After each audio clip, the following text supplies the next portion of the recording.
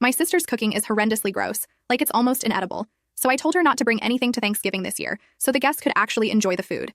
She's bringing her special recipes to Thanksgiving anyway. Every year, our family does a big Thanksgiving dinner, and we all typically bring a dish or two. My sister, who's a lovely person in every other way, insists on cooking something homemade every time. The issue? She's not a great cook. And I don't mean just not great. I mean she has somehow managed to turn classic dishes into borderline inedible creations. For context, last Thanksgiving, she showed up with her special recipe stuffing that was over-seasoned with random spices like cinnamon and cardamom. It was dry, and the flavors were confusing and totally off for stuffing. Only one person took a small bite, and the rest went untouched. Another year, she brought a green bean casserole that had some kind of strange chewy texture. She later admitted she used coconut milk and almond flour to experiment.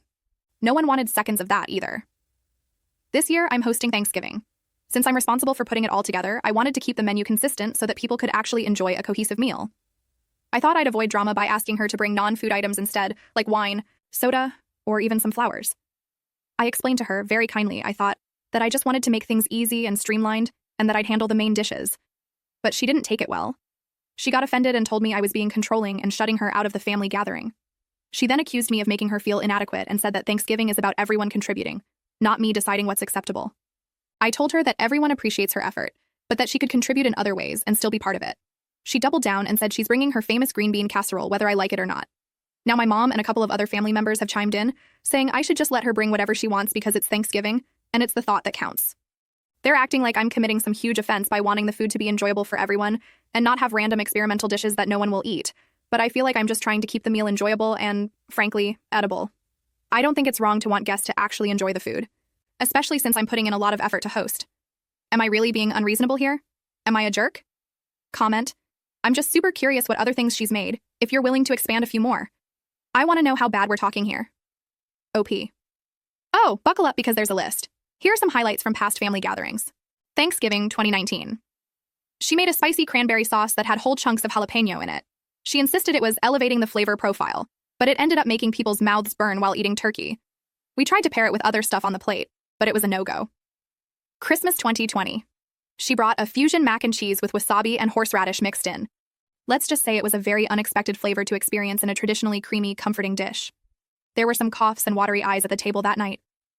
Easter 2021. She made a carrot salad that had shredded carrots, raisins, and sardines.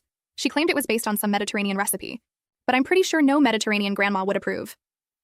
Last Thanksgiving. This was the infamous cinnamon cardamom stuffing. She wanted it to be warm and aromatic, but it ended up tasting like a holiday candle. The texture was also super dry, and even though she noticed no one was touching it, she blamed it on us not appreciating new flavors. Family barbecue this past summer, she did a barbecue tofu thing that had an odd vinegar peanut butter sauce. I don't know what cuisine inspired that, but it didn't belong anywhere near a grill. People tried to be polite, but most of it ended up going home with her. So yeah, this isn't just me being picky. She's made some real adventures out of classic dishes, and I'm genuinely nervous for what she's planning with this whole Thanksgiving trio experience. Update 1. All right, so Thanksgiving is now just a little over 2 weeks away, and somehow things have escalated even further than I thought possible. I thought maybe my sister's Thanksgiving trio experience would be the peak of the drama. Well, turns out I was wrong. Since the last update, my sister has become fully committed to making her dishes the main attraction. She's been dropping hints in the family group chat, which I'm still not included in. But shout out to my cousin for the screenshots about how this Thanksgiving will be one to remember, and calling it her Thanksgiving debut. She's apparently been referring to herself as the Thanksgiving head chef, and has hinted that she's bringing some kind of culinary surprise centerpiece that will transform the whole experience. From what I can piece together, she's planning a main statement dish in addition to her original 3 side dishes. I'm picturing something equally bizarre but on a much larger scale, and honestly, I'm terrified. If her green bean casserole was already pushing it, I can't even imagine what she thinks is worthy of being the centerpiece. Then, to make things even weirder, my mom texted me privately and suggested that I step back this year and let my sister shine since she's so excited about her contributions.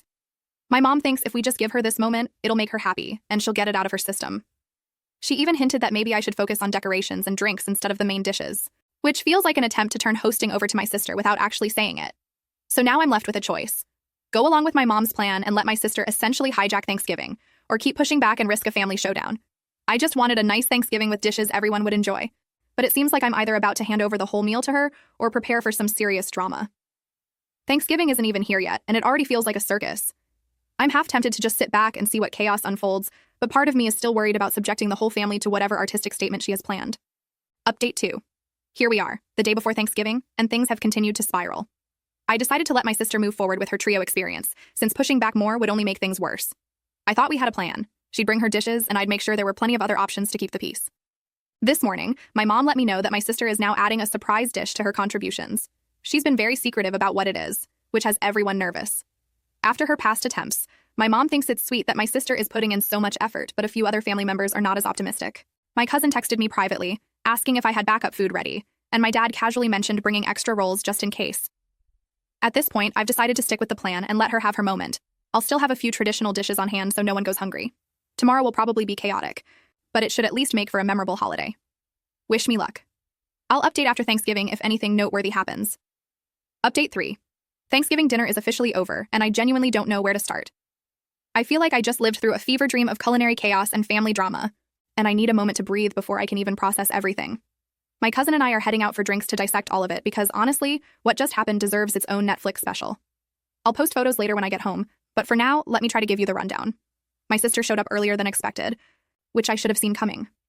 She came in like a storm, carrying not just her 3 dishes but also this giant platter wrapped in foil, which she was clearly trying to make a big deal about.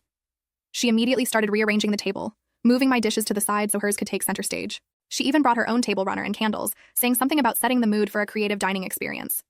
I decided not to fight her on it because at this point, I just wanted to get through the night without a blow-up. Her trio experience was, well, let's just say it was everything I feared and more. She started with a glittery sweet potato mash that somehow managed to taste like a mix of sugar and sand. The glitter wasn't even edible glitter. It was craft glitter, which I didn't realize until one of the kids said, "This is crunchy," and I looked closer. Then there was the cranberry and oyster relish. Yes, oysters and cranberries. It looked like someone had spilled jam into clam chowder, and the smell alone was enough to make me lose my appetite. Finally, she brought a pumpkin curry casserole that had raisins in it for some reason, and this weird fishy smell that clung to the air for way too long. But the pièce de résistance was her surprise centerpiece dish, which turned out to be a turkey gelatin mold. Yes, she took ground turkey, mixed it with some kind of broth and seasonings, and turned it into a wobbly, translucent mold shaped like a turkey. She even garnished it with parsley and cherry tomatoes to make it festive. I wish I were kidding. The entire table went silent when she unveiled it, except for my cousin, who immediately started coughing to cover up what I'm pretty sure was a laugh. Things hit their peak when my mom, who has been defending her this entire time, took one bite of the gelatin mold and just froze. She didn't say anything, but you could see the regret on her face. My sister, noticing the lack of enthusiasm, decided to go on this long speech about how Thanksgiving food is too boring and how she's trying to challenge our palates. She even called my ham and mashed potatoes uninspired, which was rich coming from someone serving glitter sand potatoes. The breaking point came when my aunt, who's usually the peacemaker, tried the gelatin mold and actually gagged. She tried to be polite about it, but my sister saw her reaction and completely lost it. She started yelling about how nobody in the family supports her, and how we're all stuck in the past with our unoriginal food. She even accused me of sabotaging her dishes by not hyping them up enough to everyone. At this point, half the table was trying not to laugh, and the other half was just staring at their plates, probably wondering how we got here. My sister ended up storming out of the house, but not before saying something along the lines of, "You regret not appreciating my vision when I'm famous." She left most of her food behind, which my cousin and I quietly threw out. After dinner, the rest of the night actually turned out pretty nice. Once the tension was gone, my dad's emergency ham was a lifesaver, and everyone agreed that next year we're either going to a restaurant or just skipping Thanksgiving altogether. So now I'm sitting here wondering how this even became my life. I'll post photos later because you all need to see the turkey gelatin mold to believe it. But for now, I'm off to grab a drink or 3 with my cousin to laugh and cry over everything that went down.